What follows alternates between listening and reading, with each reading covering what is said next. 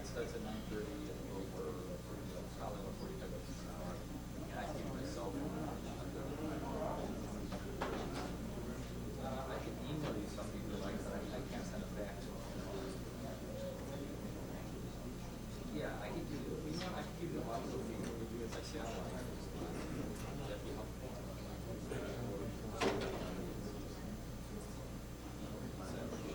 No, it's like a band. If you want to give that information or whatever you want, or you can take a pass. It's up to you.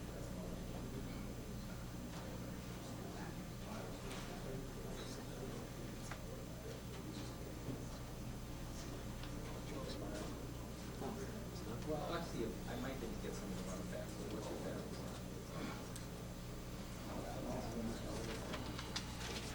We sent 10,000 leases out.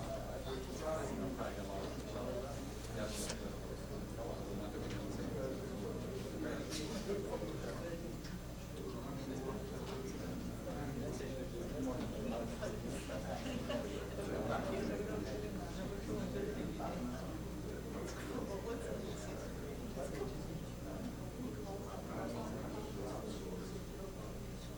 oh, you're right there. This guy 225.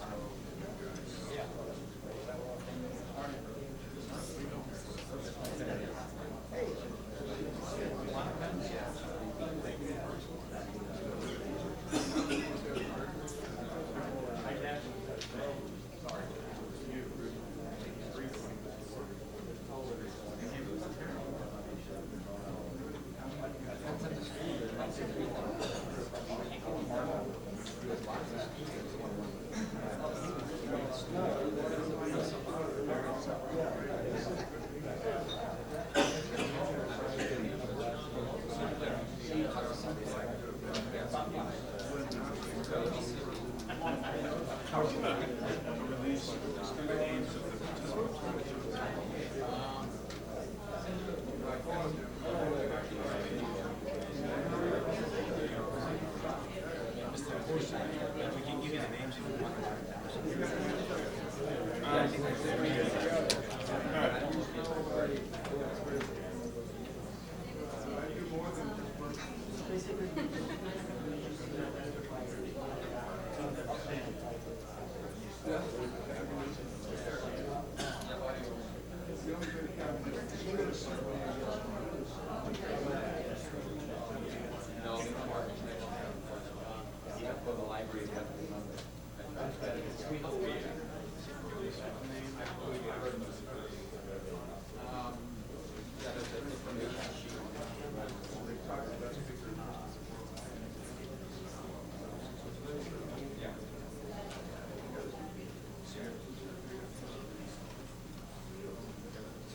Where's the information sheet with the names of the speakers?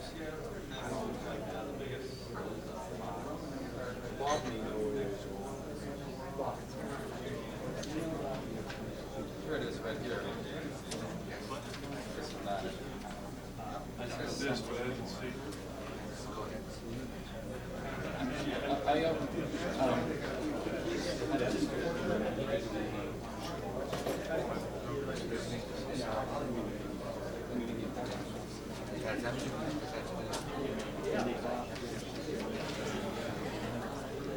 Aryo, I'll introduce everybody. That's what I mean. After you do that, I'm going to just say to everybody.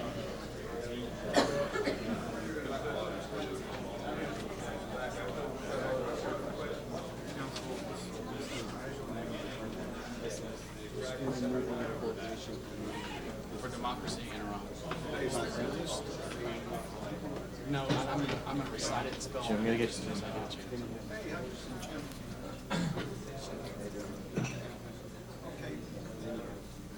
Sorry about that. We should. I'll make it through.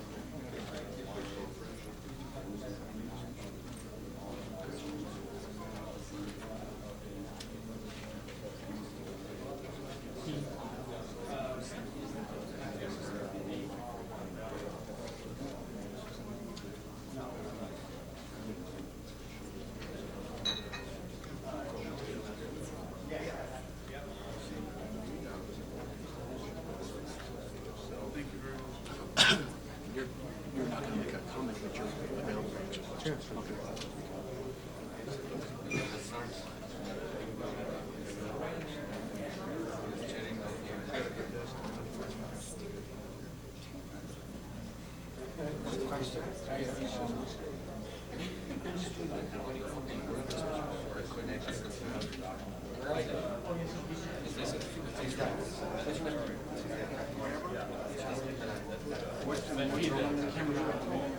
He's from Sinclair. Oh, that right there? Yes. Oh. And the other one's where? To the right of the It's connected. Oh, the guy with the control board? Oh, he said it was for the web. I asked him. He must have said it. Jerry, you want to have Jerry? Yeah.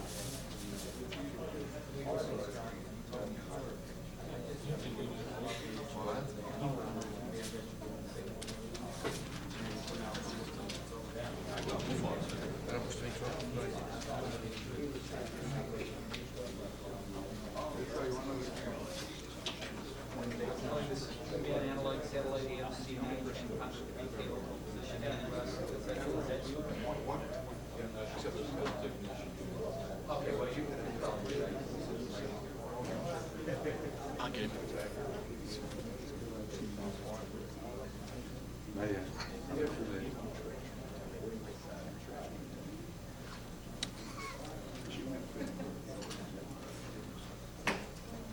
You want to use the microphone? Huh? Use the microphone. Good morning, everybody. Thanks for coming. My name is Aryo Pirouznia. I'm the coordinator of a political entity focused on freedom in my homeland, Iran, which its name is Student Movement Coordination Committee for Iran, for Democracy in Iran. I moved to the United States 10 years ago in order to carry a mission that I think is the duty of any Iranian to carry at this time. And I'm sure that all of you knows about what's the Islamic Republic of Iran's meaning. In my combat for freedom, I have been sued, and I'm here to defend myself. In America, the land of democracy, freedom, freedom of speech. I will introduce you my counsel teams. My head counsel, which is Judge Bob Genovine, my co-counsel and my personal attorney, Michael Pema, and of course people who have raised up to help us. Jerry Corsi, the name's familiar, and Shirley Kenneth Timmerman. I will be available during later the debate for any question you might have. Thank you for coming. Good morning. My name is Bob Genovine. Let me give you some spellings because we don't have a list that tells you all these names. It's Bob Genovine with a J, Jenevein. I'm a lawyer in Dallas. Aryo's name is spelled Aryo. Pirouznia is Pirouznia.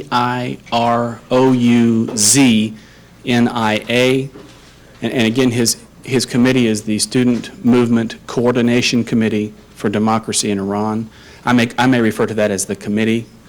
Michael Pema, P-A-Y-M-A, is to Mr. Pirouznia's left. He's a lawyer in Dallas. And then there's Mr. Jerry Corsi, C-O-R-S-I, and Kenneth Timmerman with two M's.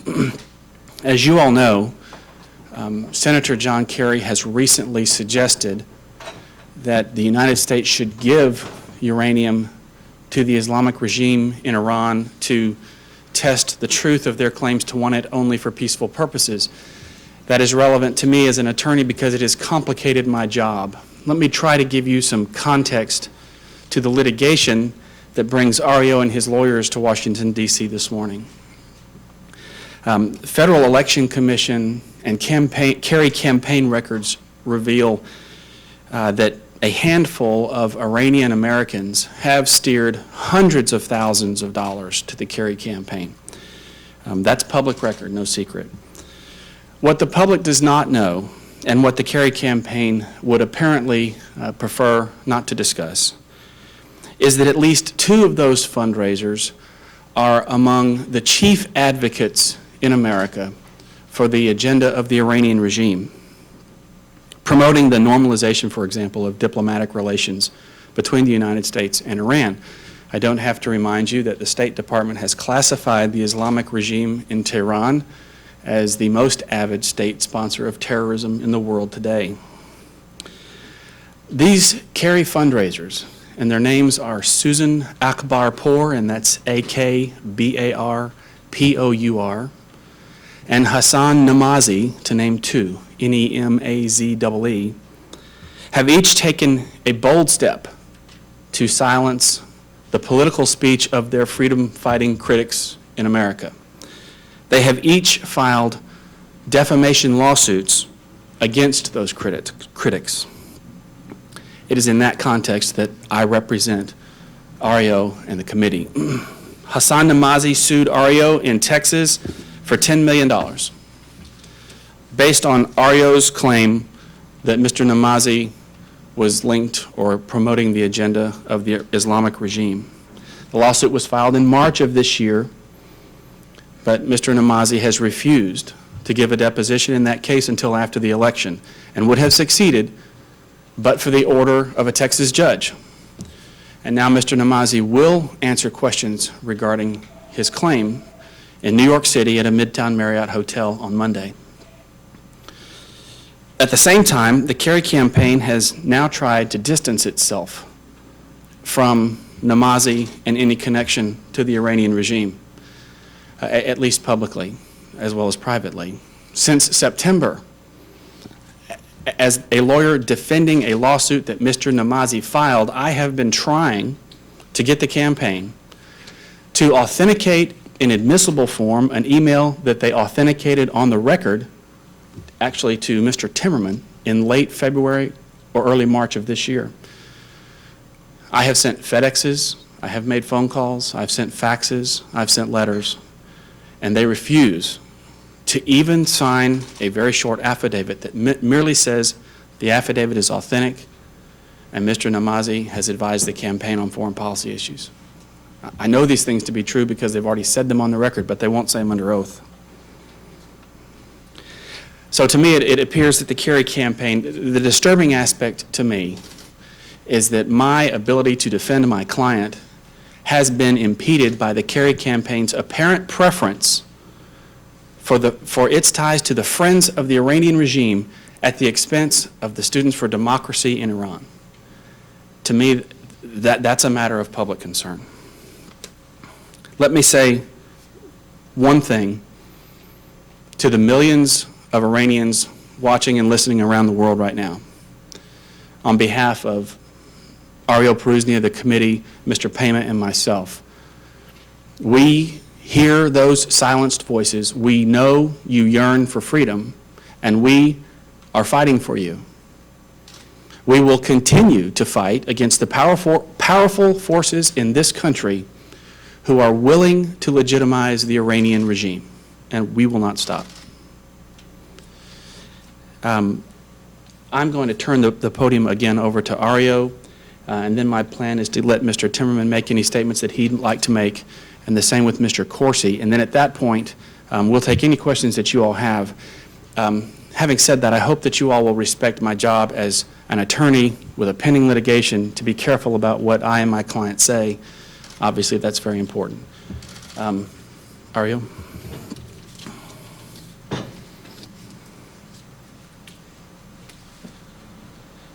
I thank you, Mr. Genovine. I would like now to introduce my personal attorney, a very integral man, Michael Pema and Kunnel, so he can have also how it was a struggle even to abort a file that is intending to asphyxiate us in our mission.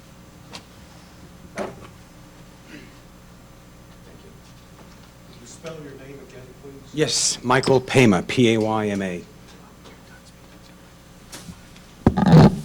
Let me also thank each and every one of you for being here today. I will not say a whole lot because I think Judge Genovine and the other speakers will be able to give you as much information as you need.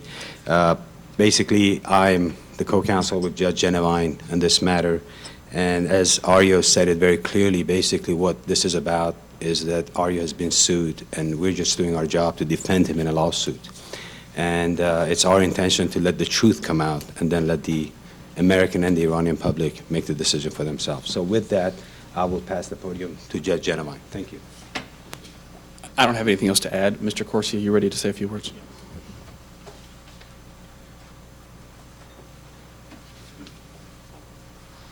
Good morning. I'm Jerry Corsi, and I'm the co-author with John O'Neill of Unfit for Command. My next book is going to be titled Atomic Islam, and it's going to focus on the mullahs in Iran and their desire to get nuclear weapons. Now, I was introduced to Aryo and his case in the process of writing Unfit for Command.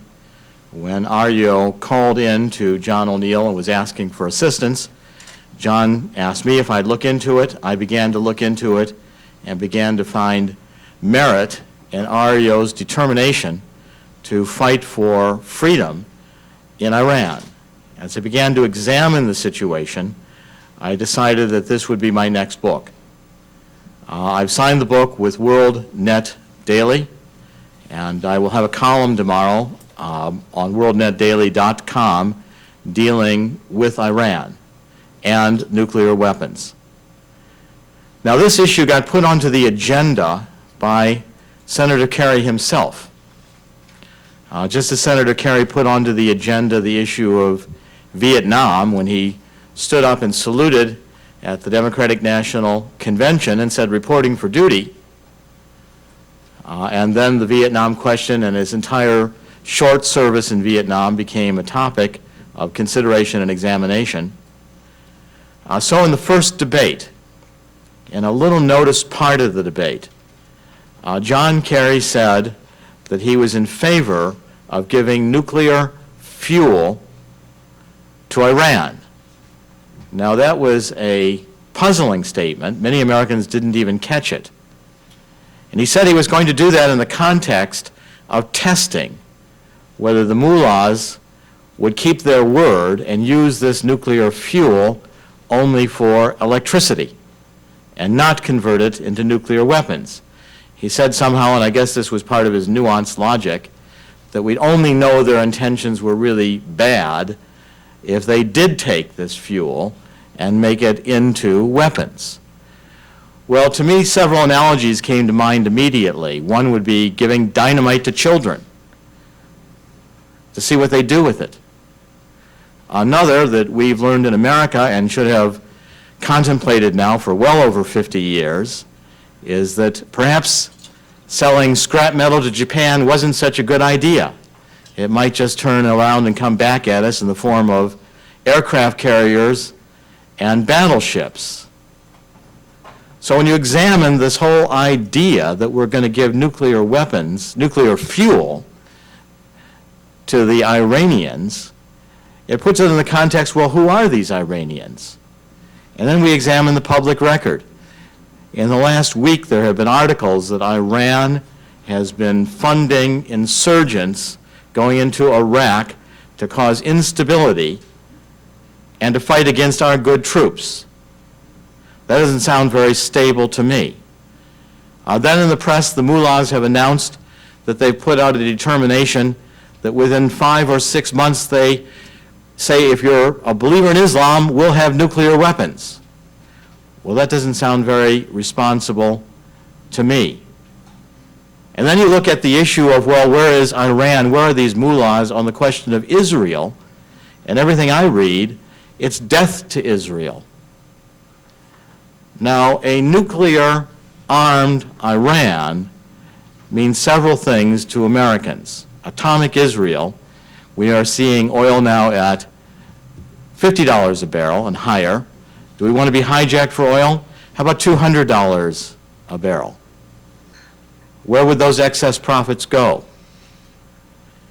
Our current administration says we have a war on terrorism, and Iran is part of the axis of evil.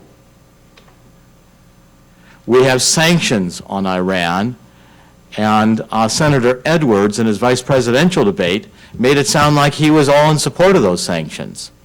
Well, maybe John Kerry and John Edwards ought to get together, because everything that I'm reading, including on John Kerry's website, go to the little search engine and type in Namazi, N-E-M-A-Z-E-E, and up come 2 articles where Mr. Namazi is in the top tier of John Kerry's fundraisers.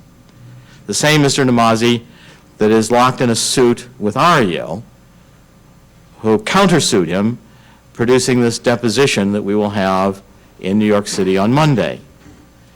Then look at John Kerry's other statements, where John Kerry says he's in favor of normalizing relationships with Iran.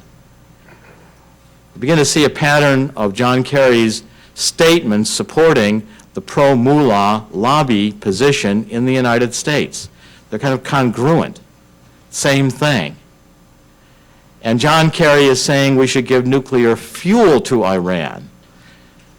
Well, the pictures that I'm worried about that scare me on terrorism are the ones coming out of Russia with the school children being terrorized. And then we find in Iraq a computer in the hands of a terrorist that has plans of our schools in the United States in that computer. Now, what are those plans doing there? Are they going into an architecture lesson? I don't think so. And the greatest fear, we're told, is nuclear and biological weapons in the hands of terrorists. Now, if we have a rogue regime in Iran, the question's got to be put to Senator Kerry. Why, in everything that's holy, would we ever give these mullahs nuclear fuel? And that's a question Senator Kerry put on the table. It's one that I'm going to continue to speak on the radio. We'll work with the television shows that will have us. This book, Atomic Islam, will be out in the beginning of next year. And as it's being developed, I think you're going to see a movement come forward. We're going to call for those people who believe around the world in freedom for Iran to come forward. We'll be creating a website and petitions that the world can sign on freedom for Iran. We're going to work to see if we can't reverse this tide and encourage Islam to support its better side, to come forward responsibly, and to renounce terrorism. We're going to call on the responsible leaders of Islam around the world to join us in a free Iran. And for that movement, I'll dedicate that's the next project I'm going to work on full-time, and I'll write on it and carry it forward with the same diligence that I applied to the SWIFT boat vets, whose cause I solidly endorse and continue to support. And Senator Kerry has given us the opportunity to do two things. One, redeem the honor of the Vietnam veteran who is not a war criminal. Renounce that lie, which has for over 35 years been a disgrace, an unwarranted disgrace, on the 2.5 million Americans, including across a little way over here, the 58,000 on the wall, who died for freedom and knew that they were not war criminals. Let this be their day to stand tall. And thank you, John Kerry, for putting it on the agenda. And number two, let's look at Iran. Let's